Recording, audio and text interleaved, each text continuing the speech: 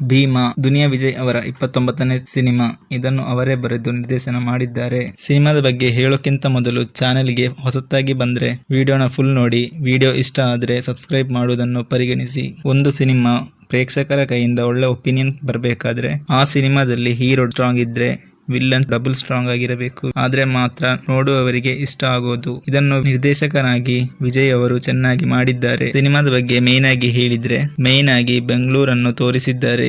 ಬೆಂಗಳೂರಿನ real location ಅಲ್ಲಿ shoot ಮಾಡಿದ್ದಾರೆ. ಒಳ್ಳೆ ಔಟ್ಪುಟ್ ಕೂಡ ಬಂದಿದೆ. ಡ್ರಗ್ಸ್ ದಂಧೆಯನ್ನು ನಿಲ್ಲಿಸೋದಕ್ಕೆ ಭೀಮಾ ಮತ್ತು ಡ್ರ್ಯಾಗನ್ ಮಂಜುವಿನ ಗ್ಯಾಂಗ್ಗಳ ಮಧ್ಯೆ ನಡೆಯುವ ಯುದ್ಧ ಅಂತ ಹೇಳ್ಬೋದು. ಈ ಸಿನಿಮಾದಲ್ಲಿ ಡ್ರಗ್ಸ್ಗೆ ಅಡಿಕ್ಟ್ ಆಗಿರೋ ಯಂಗ್ ಜನರೇಷನ್ ಅನ್ನು ತೋರಿಸುತ್ತಾರೆ ಮತ್ತು ಅದರ ವಿರುದ್ಧ ಭೀಮಾ ಹೋರಾಡುತ್ತಾನೆ. ಅದು ಹೇಗೆ ಎಂಬುದನ್ನು ಸಿನಿಮಾದಲ್ಲೇ ನೋಡೋಣ.